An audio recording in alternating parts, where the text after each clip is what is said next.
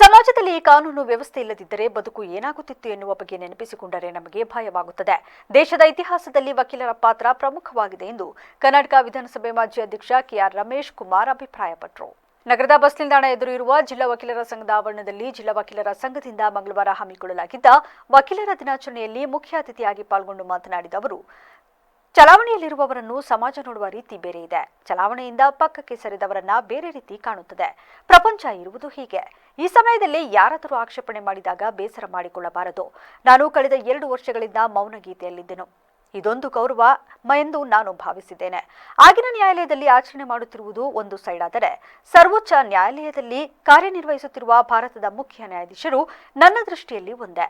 ಅವರವರ ಅನುಭವ ಬೇರೆ ಬೇರೆ ಕಾರಣಗಳಿಂದ ಬೇರೆ ಸ್ಥಾನದಲ್ಲಿರುತ್ತದೆ. ನ್ಯಾಯಾಧೀಶರೆಂದರೆ ಒಂದೇ ಎಂದರು. ವರ್ಷಗಳಿಂದ ಸ್ವಲ್ಪ ಹೆಚ್ಚು ಕಡಿಮೆ ಮೌನಕ್ಕೆ ಇದೊಂದು ಗೌರವ ಅಂತ ನಾನು ಭಾವಿಸುತ್ತೇನೆ. ನನಗೆ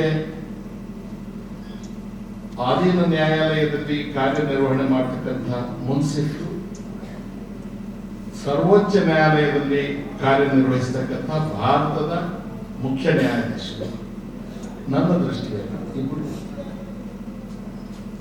ಅವರವರ ಅನುಭವ ಬೇರೆ ಬೇರೆ ಕಾರಣಗಳಿಂದ ಬೇರೆ ಬೇರೆ ಸ್ಥಾನಗಳನ್ನು ಅಲಂಕರಿಸ್ತಾರೆ. ನ್ಯಾಯಾಧೀಶರಾದ್ರೆ ನ್ಯಾಯಾಧೀಶ ಅವ್ರನ್ನ ನೀವು ಆಡೋದ್ರೆ ನೀವು ಸಂಬೋಧನೆ ಮಾಡ್ತಾರೆ. ಇವರು ಆನಂದ ನಮ್ಮಂತಹವ್ರ ಜೊತೆಗೆ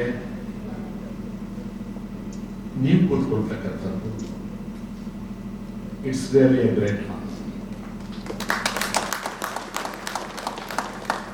ಮಾನ್ಯ ಗೌರವಾನ್ವಿತ ಪ್ರಧಾನ ಜಿಲ್ಲಾ ಮತ್ತು ಸತ್ರ ನ್ಯಾಯಾಧೀಶರಾದ ಉಷಾರಾಣಿ ಮಾತನಾಡಿ, ಭಾರತದ ಮೊದಲ ರಾಷ್ಟ್ರಪತಿಗಳಾದ ಡಾಕ್ಟರ್ ರಾಜೇಂದ್ರ ಪ್ರಸಾದ್ ಅವರ ಜನ್ಮದಿನವಾದ ಡಿಸೆಂಬರ್ 3ರಂದು ಪ್ರತಿ ವರ್ಷ ವಕೀಲರ ದಿನವನ್ನಾಗಿ ಆಚರಿಸಲಾಗುತ್ತದೆ.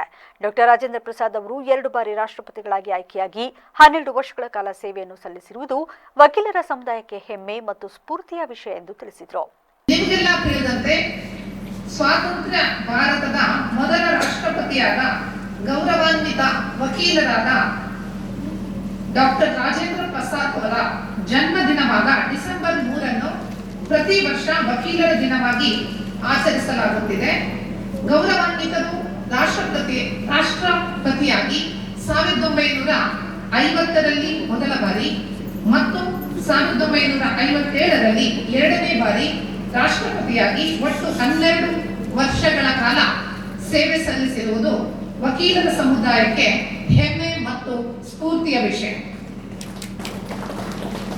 ಬೇರೆ ಬೇರೆ ದೇಶಗಳಲ್ಲಿ ವಕೀಲರು ಸಮಾಜಕ್ಕೆ ನೀಡಿದ ಕೊಡುಗೆಯ ನೆನಪಾಗಿ ಬೇರೆ ಬೇರೆ ದಿನಗಳಂದು ವಕೀಲರ ದಿನಾಚರಣೆಯನ್ನು ಆಚರಿಸುತ್ತಾರೆ. ಸಮಾಜಕ್ಕೆ ವಕೀಲರು ನೀಡಿರುವ ಕೊಡುಗೆಯ ದ್ಯೋತಕವಾಗಿ ಆಚರಣೆ ಮಾಡುವ ಹಾಗೂ ಕಾರ್ಯಕ್ರಮದಲ್ಲಿ ಇಸ್ರೋ ಮಾಜಿ ಅಧ್ಯಕ್ಷ ಎಸ್ ಕಿರಣ್ ಕುಮಾರ್, ರಾಜ್ಯ ವಕೀಲರ ಪರಿಷತ್ ಅಧ್ಯಕ್ಷ ಎಚ್ಎಲ್ ವಿಶಾಲ್ ರಘು, ಜಿಲ್ಲಾ ವಕೀಲರ ಸಂಘದ ಅಧ್ಯಕ್ಷ ಡಿಟಿ ಪ್ರಸನ್ನಕುಮಾರ್, ಪ್ರಧಾನ ಕಾರ್ಯದರ್ಶಿ ಬಿಎಂ ಸಂತೋಷ್, ಉಪಾಧ್ಯಕ್ಷ ಎಚ್ಎನ್ ಯೋಗೀಶ್, ಖಜಾಂಚಿ ಎಚ್ಎನ್ ಪ್ರತಾಪ್, ಜಂಟಿ ಕಾರ್ಯದರ್ಶಿ ಆರ್ ರೂಪಾ, ಕರಿಗೌಡ, ಶ್ರೀಕಾಂತ್ ಇತರರು ಉಪಸ್ಥಿತರಿದ್ದರು.